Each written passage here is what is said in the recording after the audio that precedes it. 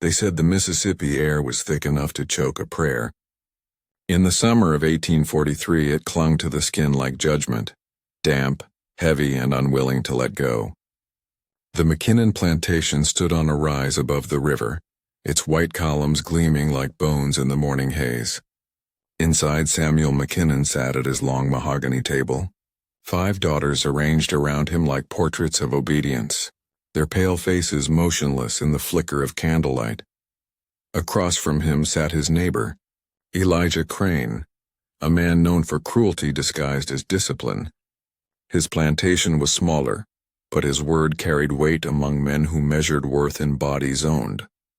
Between them sat a decanter of bourbon and a silence that had teeth. McKinnon spoke first, his voice slow and deliberate. "You boast your men are the strongest in the county," he said. "But strength means nothing without restraint," Crane smirked. "And your girls? You raise them like saints. But purity fades the moment it's tested." The room seemed to still. The daughters exchanged no glances. They had been trained not to. A single bead of sweat rolled down the eldest's neck, caught by the stiff collar of her white dress. The youngest gripped her fork as if it were a weapon. Then came the words that would stain both families forever. "Let's prove it," McKinnon said, almost whispering. "Your strongest slave. My 5 daughters. One night. A challenge, a wager. A sin so unnatural it didn't sound human when spoken aloud." Crane's grin lingered like a wound. "And what shall be the prize?" McKinnon leaned forward, the bourbon catching firelight in his eyes. "The truth," he said, "of what God favors, flesh or virtue." The wind outside pressed against the shutters, carrying the thick scent of the river. None of them noticed how quiet the house had become, or how the dogs in the yard had stopped barking. The McKinnon daughters were known across 3 counties, not for their beauty alone, but for the stillness they carried, as though breath itself were an indulgence they had learned to deny.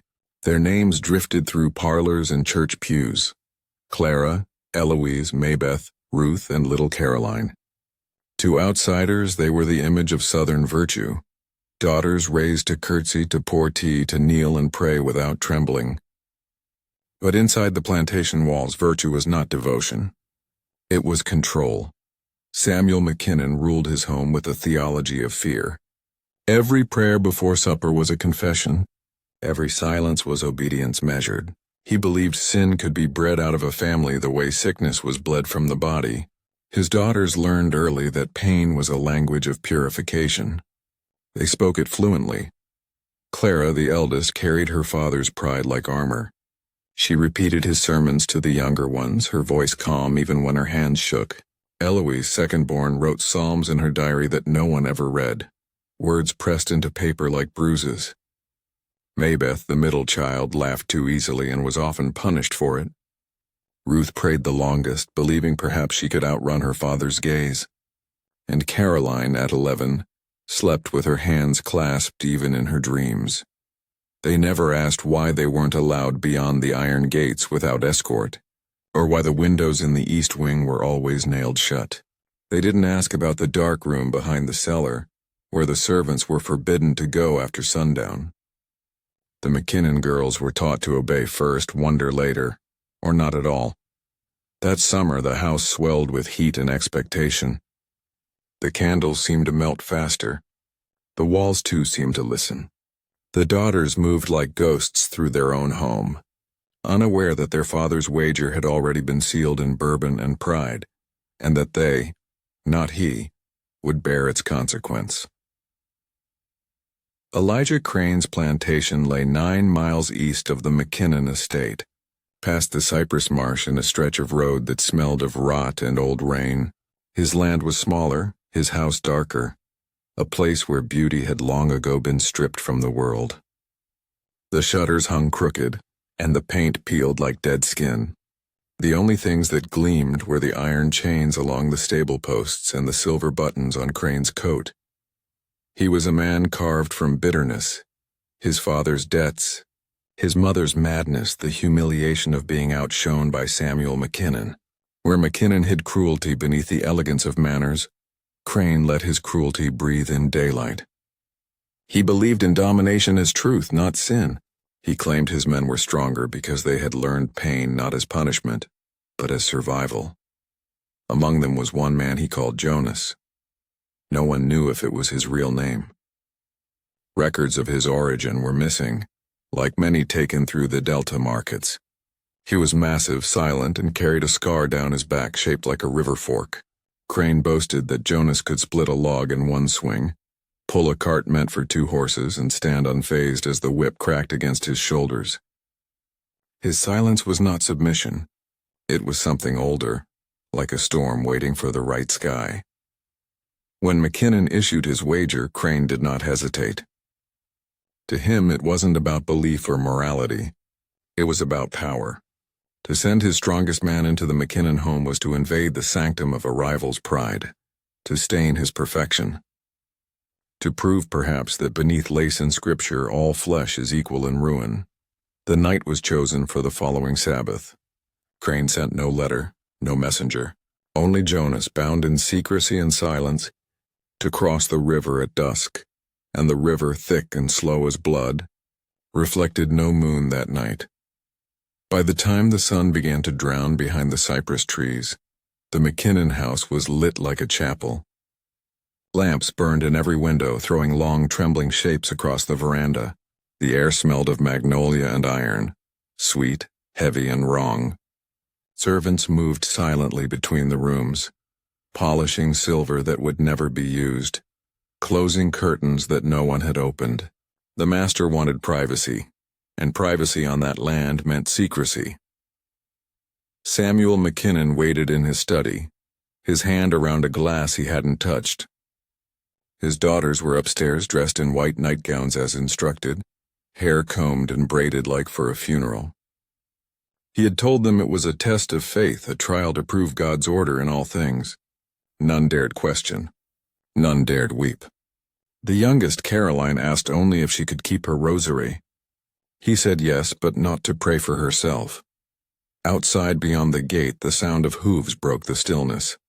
Elijah Crane arrived alone. No coachman, no servant, only a tall figure walking behind him barefoot, face shadowed by the brim of a torn hat. The dogs began to bark again, frantic this time, until one of the stable boys dragged them away. McKinnon opened the front door himself. "You brought him," he said quietly. Crane nodded. As promised. For a moment neither man spoke. The silence between them felt alive, like something with a pulse. Jonas stood behind Crane, head bowed, eyes unreadable. The lamplight found the scar on his back, a pale river cutting through dark skin. "Led him to the cellar," McKinnon said, and as they passed through the hall, the daughters heard the floorboards creak beneath their feet. Each sound, each breath carried the weight of something they didn't yet understand, but would remember until their last day. By nightfall, the house had gone still again. Only the river moved, whispering against the banks like it knew what came next. The house held its breath. Even the insects outside seemed to fall silent, as though the night itself refused to witness what had been set in motion. The lamps had been dimmed, the servants dismissed to their quarters with orders not to return until morning. Only a single candle burned in the hallway, its flame bending each time the wind pressed against the shutters. In the cellar, the air was colder. The brick walls sweated with the damp breath of the river. A table stood in the center, not for dining, but for judgment. Jonas was told to wait there, hands resting on his knees, his head bowed. He did not speak. He did not move. Somewhere above, the faint creak of the floorboards marked the daughters' hesitant steps as they descended one by one, called by their father's voice, soft and commanding. Clara came first, her face pale but unflinching. Then Eloise, clutching her rosary as if to anchor herself. Maybeth trembled. Ruth whispered something to no one, and Caroline lingered at the top of the stairs, her bare feet tracing the dust. She would be the last to go down. McKinnon stood at the foot of the stairs, his expression unreadable. He told them this was for faith, that obedience was salvation. The words rolled from his mouth like ritual, practiced and hollow. Crane watched from the shadows, his grin gone. replaced by something harder. Curiosity, perhaps, or fear of his own wager. What happened after that hour was never spoken of. Not in confession, not in court, not in whispers. The candle went out sometime after midnight. The next sound anyone remembered was a scream, one sharp, human, and short-lived, followed by the heavy slam of a door. Then silence. The river wind rose suddenly, carrying a smell that was not of rain or soil but of iron, and by dawn the cellar door was found open. Jonas was gone. So were the daughters. When the first light broke over the McKinnon estate, it found a house that had forgotten to wake. The roosters did not crow. The kitchen fire had gone cold. Even the servants hesitated at the doorway, sensing something they could not name. The air inside was different, heavier, still carrying the faint tang of wax and metal. Samuel McKinnon sat alone at the dining table. His clothes were the same as the night before, his cuffs stained with what might have been bourbon or something darker. The decanter beside him was empty, his eyes fixed on nothing, not the window, not the plate untouched before him. Elijah Crane was gone. His horseprints led down the muddy road toward the river, where the water lapped quietly at the bank. Of Jonas there was no trace. The stable boys swore they hadn't seen him leave, but they found one thing in the yard, a chain snapped clean through, lying half-buried in the dirt like a shed skin upstairs. The rooms of the McKinnon daughters were untouched, beds made, dresses folded, windows still locked. It was as if they had evaporated in place. A comb lay on the vanity, strands of pale hair still tangled in its teeth. In Caroline's room, the small rosary her father had allowed her to keep was found broken, beads scattered like seeds across the floorboards. By noon, word had reached the nearest parish that something was wrong at the McKinnon place. But no lawman came, no preacher called. Samuel McKinnon sent no message, spoke no confession. He only ordered the servants to keep the shutters closed, to let no one onto the property. That night, when the moon rose over the river, a light flickered once in the cellar window, a soft, wavering glow that burned for exactly 7 minutes. Then it went dark again, and no one ever saw the McKinnon daughters alive. 2 weeks after the disappearance, a housemaid named Eliza found a small book wedged behind the dresser in Caroline McKinnon's room.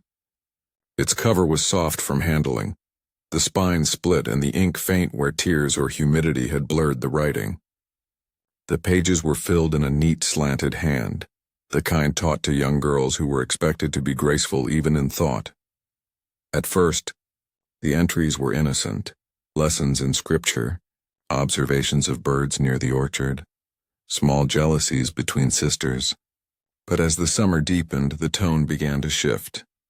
The handwriting changed, firmer, more frantic, as if the pen itself resisted what it was being made to confess. "Father says the world is a test," one line read. "But I think it is a punishment. He prays so loud I can hear him through the walls. He says obedience keeps us safe, but I dream that obedience eats us alive." Later entries spoke of noises from the cellar, footsteps when no one should have been below, a humming sound, low and constant, like someone praying beneath the floor. Caroline wrote of her sisters waking in the night, whispering that they felt something watching from the corners, a shadow that moved without wind. The final entry was dated the night before the wager. It read only, "We are told to wear white tonight. Father says it is for purity. I think it is for mourning. The air smells like the river. Ruth says she heard singing from under the house. It was not a hymn." After the book was found, Eliza hid it beneath her mattress. Weeks later, she vanished too. The journal was never seen again, but servants whispered that Carolyn's words had been a warning, and that by the time anyone tried to listen, it was already too late. In the weeks after the daughters vanished, the servants of the McKinnon estate began to speak in low, careful tones, never within earshot of the master and never for long. They knew better than to name what they had seen, but silence has limits, even in a house built on fear. At night, they said, Lights moved through the orchard, not lanterns, but soft, wandering glows that drifted between the trees like lost souls searching for home. Footprints appeared in the dirt outside the cellar door, small and barefoot, vanishing halfway to the gate. The cook, Aunt Millie, swore she heard voices on the wind, 5, sometimes 6, whispering her name in the old dialect she had left behind years ago. One morning, the laundress found white fabric hanging in the pecan grove, 5 pieces, torn nightgowns, stiff and discolored at the hems. She told no one, only burned them behind the smokehouse, though the smell lingered for days, sour and metallic, like the river in drought. The house staff began to leave, one by one. Those who stayed claimed they saw the master speaking to empty rooms, sitting at the dining table with 5 untouched plates before him. He prayed at dawn and drank by dusk, and sometimes when the storm clouds rolled over the fields, he would ring the dinner bell, once for each daughter, though the house stood silent, the chairs unfilled. By midsummer, only 3 servants remained, the cook, the stable hand, and a boy too young to remember life before the plantation. They spoke of strange music rising from the cellar, a deep rhythmic sound not unlike the chain songs once heard in the fields. But there were no men left to sing them. When the sheriff finally arrived in late August, the servants had fled. Only the sound of the river answered his calls, slow, murmuring, and thick with secrets. Elijah Crane did not speak of the wager again, not to his wife, not to the men who worked his fields, not even to the preacher who visited once a month to collect donations for the orphanage. He carried the silence like a sickness. Something heavy lodged between his ribs that no whiskey could burn away. After that night, Crane was seen less often in town. His hair turned gray within a season. His hands began to tremble when he tried to sign his name. Neighbors whispered that he had been cursed, that whatever had happened at the McKinnon Plantation had marked him in ways no man of God could cleanse. He stopped holding services on his land. The chapel he'd built for his family gathered dust and spider silk. At dusk, his servants swore they heard him pacing the upstairs hall, muttering scripture until his voice cracked. And sometimes, when the wind carried from the river, he would cry out a single name, Jonas, as if summoning someone who no longer belonged to the living. One night in early October, he took his horse to the riverbank where Jonas had crossed months before. The banks were soft from recent rain. Crane dismounted, staring into the dark current, and began to pray aloud, not the prayers of repentance but of bargaining. He begged to take back what had been unleashed, to unmake what had been done in pride and proof. The next morning the horse returned to the plantation alone, saddle soaked, reins trailing in the mud. Crane's body was never found. Weeks later, a fisherman claimed to have seen something in the reeds, not a man, but a shape rising from the water, tall and motionless, its reflection broken by the current. He swore it wore a hat torn by wind and time. No one believed him, but the river that night ran darker than it ever had before. Sheriff Tomlin arrived at the McKinnon Plantation 3 days after Elijah Crane's disappearance. The ride from town took half a day through mud and fog, the kind that seemed to cling to a man's coat long after he'd left it behind. He came alone, not from bravery but because no deputy would accompany him. Word of the McKinnon place had spread far beyond the county line. The house looked abandoned from the road. The shutters were drawn, the fields overgrown, the once white columns now streaked with mildew. But when Tomlin knocked, the door opened before his hand struck the wood. Samuel McKinnon stood in the threshold, thinner than memory, eyes sunk deep and hollow. "Sheriff," he said softly, as though greeting an expected guest. "You're late." Inside, the air was stale, thick with the odor of old tallow and damp ash. Every curtain had been nailed shut. McKinnon led him down the hall without explanation, his bare feet silent against the floorboards. "I'm here on account of the missing," Tomlin began, removing his hat. "Your daughters, your neighbor, and the man called Jonas." McKinnon didn't answer. He stopped before the cellar door, one hand resting on the latch. "You won't find them," he said. "Not where you're looking." Tomlin hesitated. The door bore fresh scratches, deep and erratic, like something had tried to claw its way out. The sheriff touched one with his thumb. The wood splintered under his pressure. From below came a faint sound like air escaping through a crack. "Mr. McKinnon," Tomlin said, voice low. "What happened here?" McKinnon's lips curved into something that was not a smile. "The wager was never mine to win," he whispered. "It was his." Before Tomlin could ask who he meant, the floor beneath them groaned, deep and long, as though the house itself were breathing. He never found the courage to open the cellar door. And when he left, he took nothing, not even his hat, which he dropped on the steps and never came back for. For days after the sheriff's visit, the cellar door remained barred, sealed by a length of chain and a padlock whose key no one could find. The servants who once passed that hall now crossed themselves before entering it, whispering that the house had begun to breathe at night. They claimed to hear it, the faint rhythm of sighs rising from beneath the floorboards, as if the house mourned something buried deep within its walls. Samuel McKinnon took to sleeping in his study. He no longer ate, barely drank, and spoke only to himself. The servants saw him pacing between the windows, muttering fragments of scripture under his breath, verses about sacrifice and the cleansing fire of faith. When the cook brought him supper one evening, she found him standing before the cellar door, hand pressed flat against the wood, whispering to it as though it might answer. He began keeping candles lit at all hours, though no one dared ask why.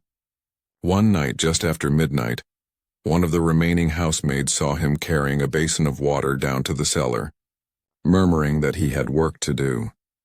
He did not return until dawn, his clothes damp and streaked with mud. The next day, the padlock was gone. The door hung slightly open, breathing cool air into the hall. The servants refused to touch it. They packed their things before sundown and fled without notice, leaving the master alone in that great house by the river. Weeks later, a trader passing on horseback swore he saw candlelight flickering through the cellar window. Not one flame, but 5, each moving slowly, in rhythm, as if circling something unseen. He thought it a trick of the swamp mist until he heard what sounded like laughter, high, girlish, and echoing, spilling faintly from beneath the earth. He spurred his horse and didn't look back, and by morning, the river had risen another inch. In the official records of Jefferson County, all 5 McKinnon daughters were declared missing on the same date, June 19, 1843. But among the few who dared speak of it afterward, whispers told a different story, that one of them, the youngest, had still been alive. Caroline. A ferryman named Holt claimed to have seen her days after the house had gone silent. He was tending the riverbank near sundown when he spotted a small figure standing knee-deep in the shallows, her white gown clinging to her body, her hair loose and heavy with water. She didn't cry out when he approached. She only turned her head, eyes pale and hollow, and asked him a question he could never forget. "Is the sun still out up there?" she said. "He told us it never would be again." Holt swore her skin was cold as stone when he touched her hand. When he looked away, and only for a breath, she was gone. The current carried nothing but ripples and the faint glint of a rosary bead sinking below the surface. He fled upriver, shouting to no one, "The McKinnon girl's alive." But by the time a search party arrived, they found nothing. Later, when the preacher from town visited the property, he discovered wet footprints leading from the back door toward the cellar, small, barefoot, spaced as though she'd been walking in a daze. The prints stopped at the threshold. The cellar door stood open, a single candle still burning at the bottom of the stairs. Inside there was no child, only 5 small chairs arranged in a circle, each carved with an initial. The one marked C had a faint smear of blood along the edge, the kind left by a fingertip.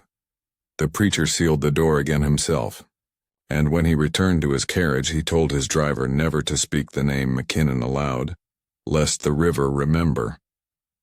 Reverend Josiah Whitfield had served the county parish for nearly 3 decades. He had baptized the McKinnon daughters himself, buried their mother, and dined more than once at Samuel's table. But after the disappearances, he stopped holding sermons entirely.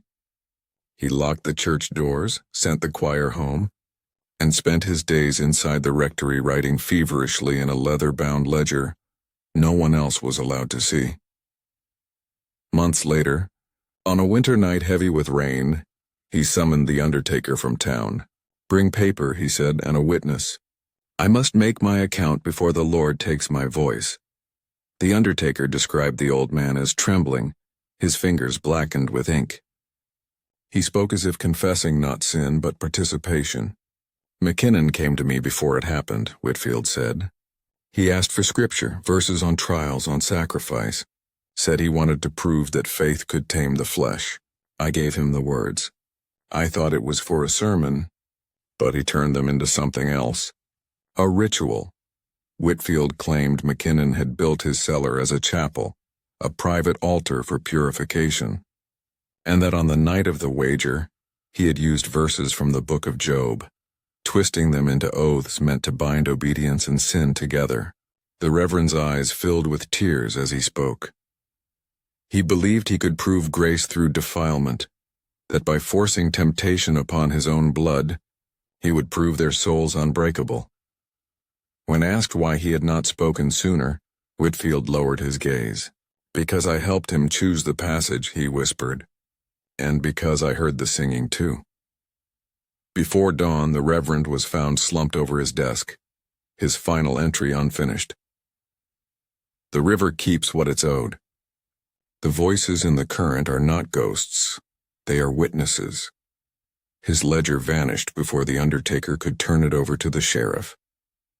Some said McKinnon took it. Others swore the river did. By the spring of 1844, the Mississippi ran higher than any man could recall. The rains came without mercy, swallowing roads, crops, and half the orchards that bordered the McKinnon estate. Locals said the river had turned restless, that it groaned at night carrying more than water in its depths. Fishermen avoided the bends near the plantation. They claimed that when the fog rolled thick over the surface, figures appeared in the mist. Not full bodies, but outlines that shimmered and bent with the current. Sometimes 5, sometimes 6. One night, a man named Rufus Tate cast his net near the east bank. It snagged on something heavy.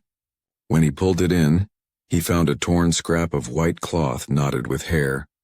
Beneath it, carved faintly into the wood of his boat, was a single letter. See others heard sounds along the shore. Hymns sung out of tune, in voices too soft and too many to count.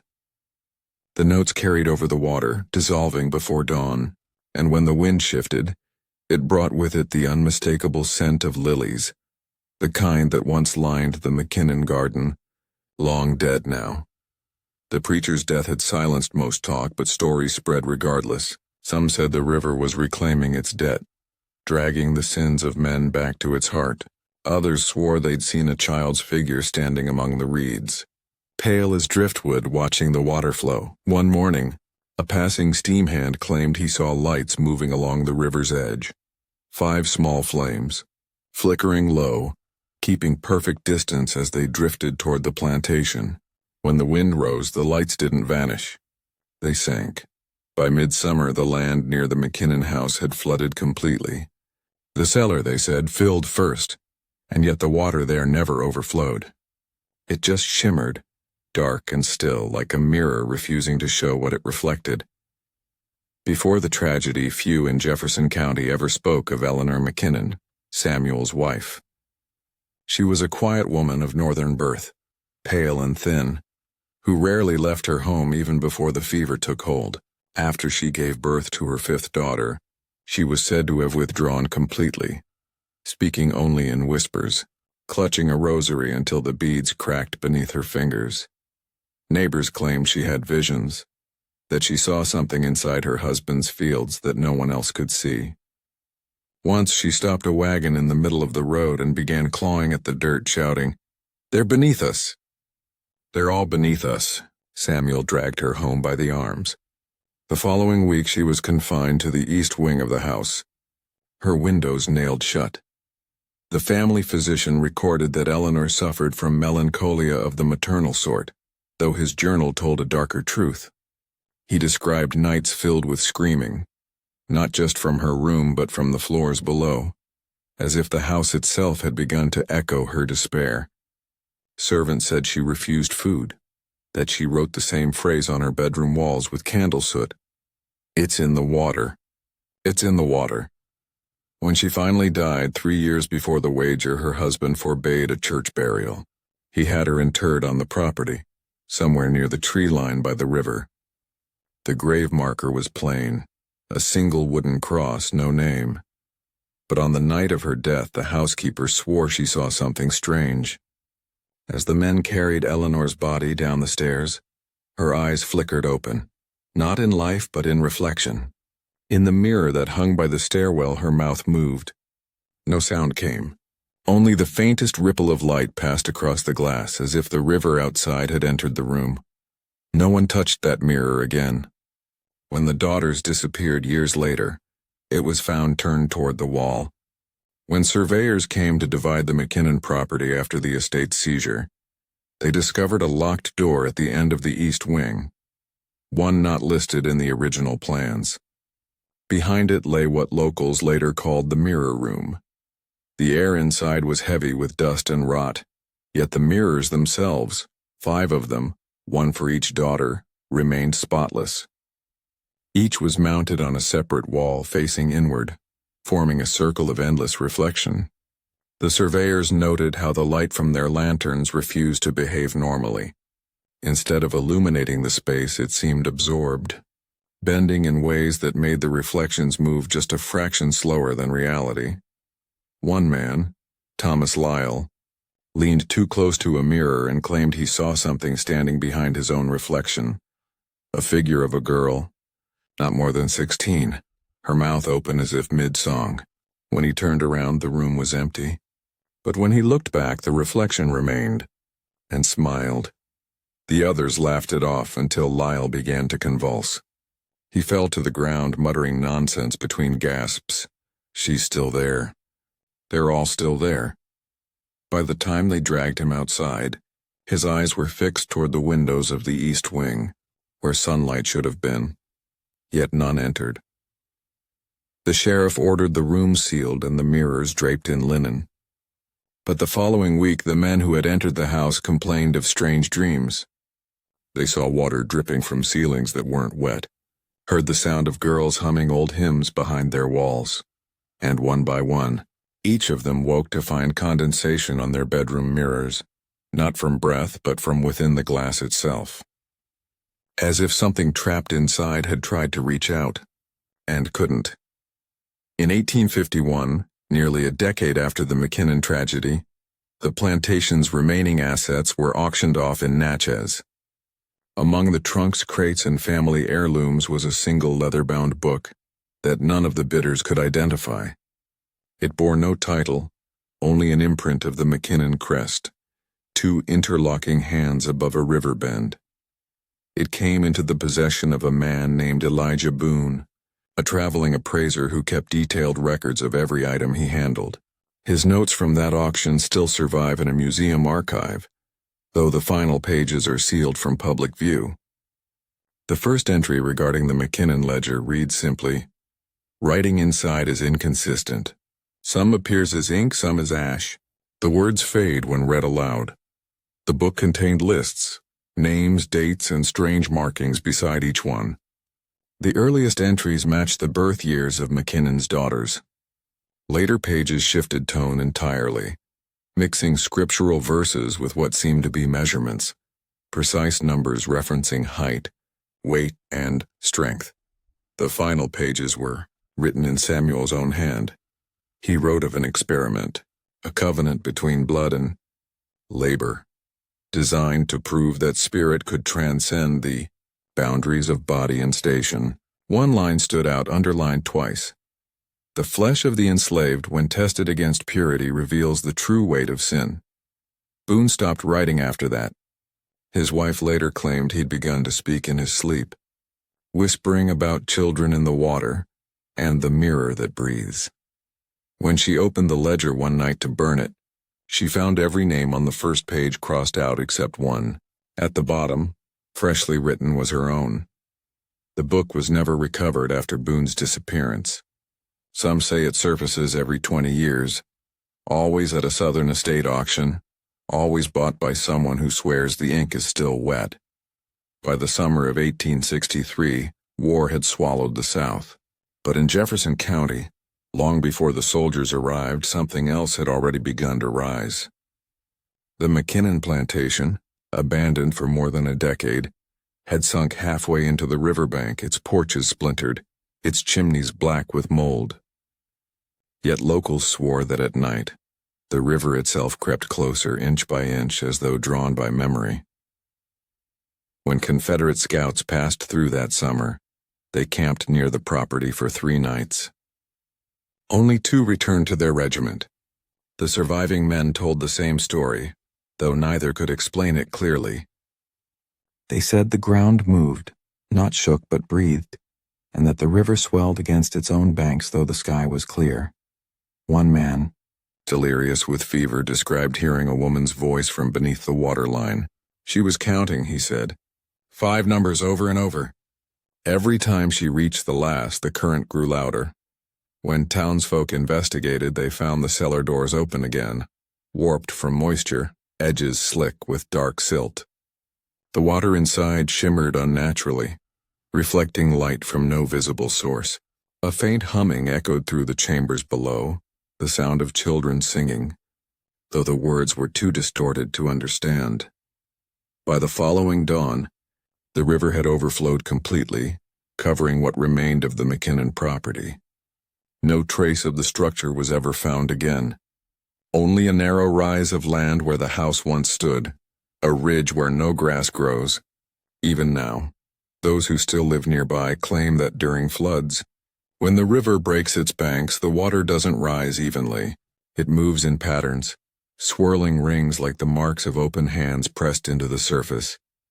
And sometimes, beneath the sound of rushing current, one can hear faint laughter, the kind that sounds like children at play, until it stops all at once. In 1874, 31 years after the McKinnon disappearances, Sheriff Alden Graves received a letter sealed with no name. Inside was a small riverstone wrapped in muslin and a note that read, "She's awake again." He burned the letter, but not before recognizing the handwriting. It belonged to his own daughter, Clara, who had drowned in the Jefferson River 3 summers earlier. Her body had never been recovered. After that night, townspeople began reporting strange sounds near the old floodplain, the site once known as McKinnon's Bend. They spoke of soft knocking beneath the soil, and of figures glimpsed through morning mist, a woman in white, holding the hand of a child standing at the water's edge. Graves became obsessed. He ordered the old plantation grounds exhumed, though the deed still listed it as cursed property. His men uncovered fragments, and not bones but glass, mirror shards. Some still reflected, though clouded by moisture trapped beneath their surfaces. One piece, barely the size of a palm, bore a faint reflection not of the men above it, but of a dimly lit room with 5 empty chairs. The sheriff pocketed it, and from that day forward, his sleep was never silent again. He began hearing Clara's voice at night. She spoke softly at first, prayers, lullabies. Then one evening her tone changed. "I saw them, Father," she said. "They were singing in the dark. They asked for you." Neighbors found the sheriff's body 2 days later, seated by the riverbank. His revolver was still in his hand, untouched. The mirror shard lay by his boot, half buried in the mud. When lifted, it no longer reflected the sky, only water endlessly rippling. The coroner's report mentioned something odd. The mud beneath the corpse was dry, as if the river for one brief moment had drawn itself back to watch. In the winter of 1902, nearly 60 years after the McKinnon house was claimed by the river, A photographer named Edwin Cole arrived in Jefferson County. He was documenting vanishing places of the South, forgotten churches, ruined plantations, and ghost towns eroded by flood and time. Locals warned him to avoid the bend. "There's nothing left to see," they said. "And some things you can't unsee." Cole ignored them. On the third day of his journey, he reached the rise where the McKinnon estate had once stood. The air was unnaturally still. No insects, no birds. Only the sound of his own breath and the faint hiss of the river's slow pull. He set up his camera, aimed it toward the water, and took a single photograph. When he developed the plate later that night, he found the image wrong. The river appeared motionless like glass. In its surface, reflected upside down, was the faint outline of a house. 2 chimneys, a porch, and 5 figures standing in a line. Their faces were blurred, but their eyes, dark, hollow, seemed fixed on him. He returned to the site at dawn, shaken, and found something half buried where his tripod had stood, a cracked piece of mirror. Its surface quivered, though the air was cold and dry. When he lifted it, his own reflection blinked, once independently. Then the surface rippled like disturbed water, and the image changed. He saw the cellar, the chairs, the 5 initials carved into their backs, and behind them, something moving slowly through the dark. Not human, not quite shadow, its form bending like smoke underwater. Cole dropped the mirror, but the reflection didn't fall. It hovered for an instant before dissolving into the earth like breath on a cold morning. When rescuers found his camera days later, the glass plate had fractured clean through, yet the image was still clear. The river, the house, and 6 figures this time. The 6th stood apart, holding a camera.